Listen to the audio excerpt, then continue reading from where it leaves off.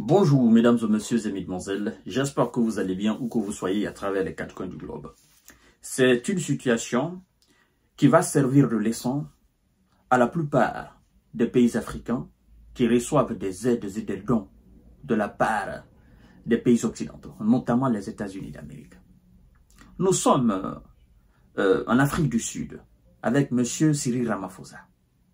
Vous connaissez la position de M. Cyril Ramaphosa? Géostratégiquement, géopolitiquement. C'est un allié puissant de Vladimir Poutine et donc un membre phare des BRICS. Et c'est un allié aussi, c'est un allié de Kinshasa. L'Afrique du Sud soutient Kinshasa dans sa lutte contre les rebelles rwandais et le M23. Vous comprenez? L'Afrique du Sud aussi a été ce pays qui a fait une pression indescriptible au niveau du Conseil de sécurité de l'ONU pour qu'il y ait un cessez-le-feu dans la bande de Gaza, mais aussi effectivement que soit décerné contre M. Benjamin Netanyahou et son ex-ministre de la Défense, M. Yoav Gallant, et un certain nombre de responsables de l'armée israélienne des mandats d'arrêt internationaux. Vous vous souvenez de cet épisode? Voilà. Et donc, je crois que Monsieur Donald Trump, qui est un ami de Monsieur Benjamin, voilà, vous savez, l'Israël, c'est un pays, voilà, c'est un État des États-Unis d'Amérique. Et donc, Monsieur Donald Trump menace carrément l'Afrique du Sud de suspendre tout financement américain en faveur de l'Afrique du Sud, c'est-à-dire des aides américaines. Et moi, ça me fait énormément mal. Vous savez pourquoi? Parce que, en fait, quand vous décidez d'aider quelqu'un, c'est pas quelqu'un qui vous pousse. Il n'y a personne qui pousse les Américains à donner leur soi-disant aide au pays à travers le monde entier. C'est eux-mêmes qui décident. Et c'est une forme d'avoir le contrôle sur les États. Ce n'est pas des aides. C'est une forme de mettre la pression sur les États. On vous donne ça, moralement, vous avez quelque chose maintenant, voilà. Donc, on vous aide, hein, et demain ou après-demain, vous devenez dépendant de notre aide. Et donc, si vous ne faites pas ce que nous vous disons, nous allons couper ça et vous allez voir ce qui va se passer. Mais, pourquoi Monsieur Donald Trump menace l'Afrique du Sud? Est-ce que je peux même qualifier ça de menace? Évidemment, parce que c'est comme ça on qualifie. Pourquoi Monsieur Donald Trump prend-il cette mesure-là? En fait, à la fin du mois de janvier 2025, l'Afrique du Sud a adopté une loi, promulgué une loi d'expropriation des terres pour des intérêts généraux. Et cela se fera dans des circonstances aussi rares, dans un certain nombre de mesures. Et il y a même un texte de compensation pour ceux qui seront expropriés de leurs terres pour des intérêts généraux. Ça se fait partout dans les pays, surtout même dans les pays africains. Vous possédez une terre, on a besoin de construire un hôpital là pour l'intérêt général, ben on vous exproprie, évidemment, l'État a ce droit-là, et puis il y a de la compensation pour ça. On vous indemnise. Hein? Vous avez un domaine, l'État a besoin de ça pour en faire un centre commercial, mais on vous prend et puis on vous indemnise. Où est le problème? C'est une décision sud-africaine. Mesdames et messieurs et mesdemoiselles, voyons dans les profondeurs exactement c'est quoi réellement le problème. Et vous allez comprendre. Mais s'il vous plaît, partagez la vidéo dans tous les groupes possibles. Continuez à vous abonner à notre page, à notre chaîne YouTube Kanteji Visionnaire le frère et activez la cloche de notification pour ne plus rater nos émissions. Écoutez bien. Donald Trump accuse l'Afrique du Sud de confiscation de terres et dit interrompre tout financement. Tout financement. Il finance l'Afrique du Sud comment? Vous allez comprendre tout à l'heure. Le président sud-africain a promulgué à la fin du mois de janvier une loi permettant au gouvernement dans certaines circonstances et par mesure d'intérêt général de décider des expropriations. Vous voyez?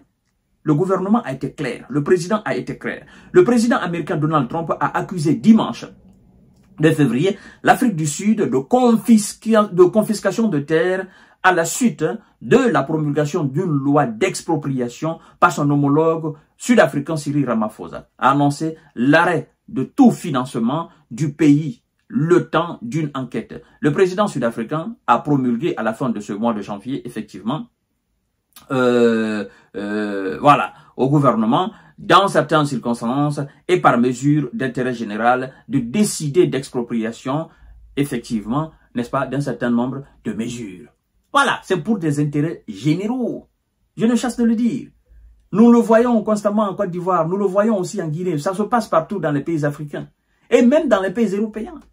Vous possédez un domaine, l'État a besoin de ce domaine-là pour de l'intérêt général, l'intérêt de toute la population, l'État vous indemnise. Et puis, l'État prend le lieu, on en fait une école, on en fait un hôpital, on en fait par exemple un centre commercial, on en fait quelque chose qui va apporter, qui sera utile pour toute la population, pour tout le peuple.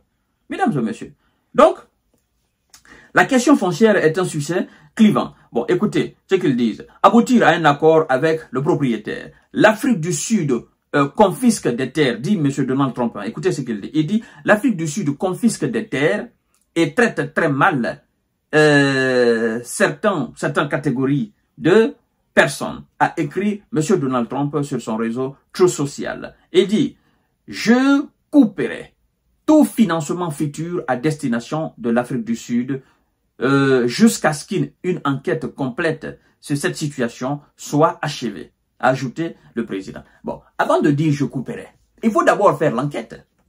C'est après l'enquête que tu coupes. Mais toi, tu coupes pas, tu te dis, oh non, il faut... Non, non.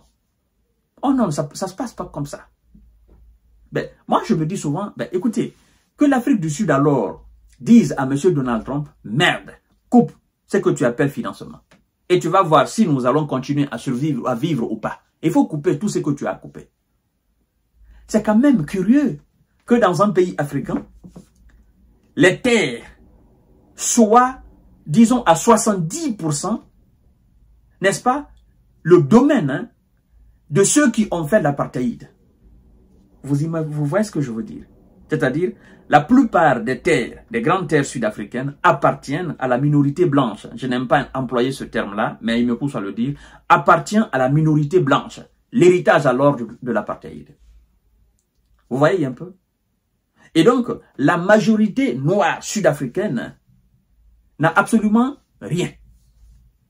Et donc, le gouvernement même n'a rien. Si le gouvernement veut faire des activités ou des travaux d'intérêt effectivement général, le gouvernement n'a rien.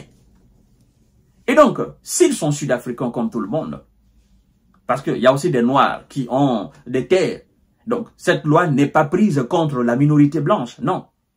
C'est prise contre tout le peuple sud-africain. C'est pour des intérêts généraux. Alors, M. Donald Trump, vous avez quoi à avoir dans cela? Ou bien, oh non, votre ami, M.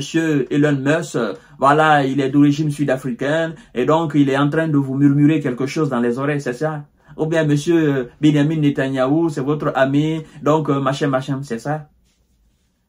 Croyez-moi, mesdames et messieurs et mesdemoiselles, nous sommes dans un monde où chacun doit assumer son autonomie. C'est très important. Parce que ça, c'est de l'humiliation. Sincèrement, M. Donald Trump n'a pas le droit de s'immiscer dans les affaires internes d'un pays. Si tu veux aider, tu aides. Si tu ne veux pas aider, tu n'aides pas. Si tu veux financer un projet dans un pays, tu finances. Si tu ne veux pas financer, laisse tomber. Laisse les peuples se débrouiller. Mais de telles choses, si vous ne faites pas de la lecture, vous ne vous renseignez pas, ben, pour vous, sincèrement, c'est équivaut à une humiliation. Oh non, je vais arrêter tout financement jusqu'à ce qu'il y ait une enquête menée sur le dossier. Mais avant d'arrêter le financement, d'abord, fais l'enquête. Et c'est le résultat de l'enquête qui va te permettre de prendre une décision sage. Si tu dois continuer à financer, d'aider le pays, ou si tu ne dois pas, si tu dois couper aussi l'aide. Mais tu ne fais pas cela. Par l'arrogance, parce que j'ai les moyens, bon, j'arrête tout. Mais arrêtez tout. Qui est-ce qui vous a attaché pour aider les pays? Personne ne vous a attaché. Personne. Sincèrement, mesdames et messieurs. Hein? Pretoria soutient que le texte ne permet pas aux autorités d'effectuer des expropriations de manière arbitraire et qu'elles doivent d'abord tenter d'aboutir à un accord avec le propriétaire. Le président sud-africain Cyril Ramaphosa a rejeté lundi les accusations de son homologue américain Donald Trump selon lesquelles l'Afrique du Sud confisquerait des terres, n'est-ce pas, après qu'une loi d'expropriation a été promulguée. Le gouvernement sud-africain n'a confisqué aucune terre, a assuré M.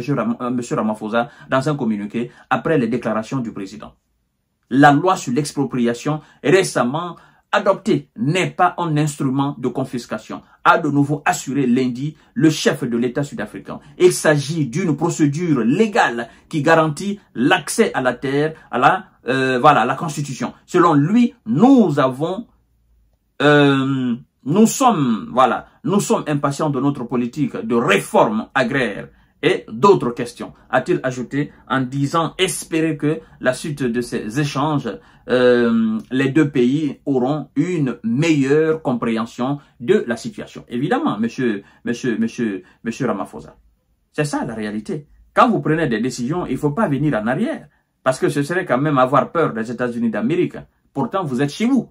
Vous êtes le président de la République. Et la décision que vous venez de prendre, c'est une décision sage. Cette loi, c'est une loi sage, effectivement. Ça va dans l'intérêt de tout le monde. Voilà. C'est aussi simple que ça, mesdames et messieurs. Donc, monsieur Donald Trump doit mettre de l'eau dans son vin. On n'est pas aux États-Unis, on est en Afrique du Sud. Voilà. Et donc, ce sont les autorités sud-africaines qui ont pris cette décision pour l'équité, pour la légalité.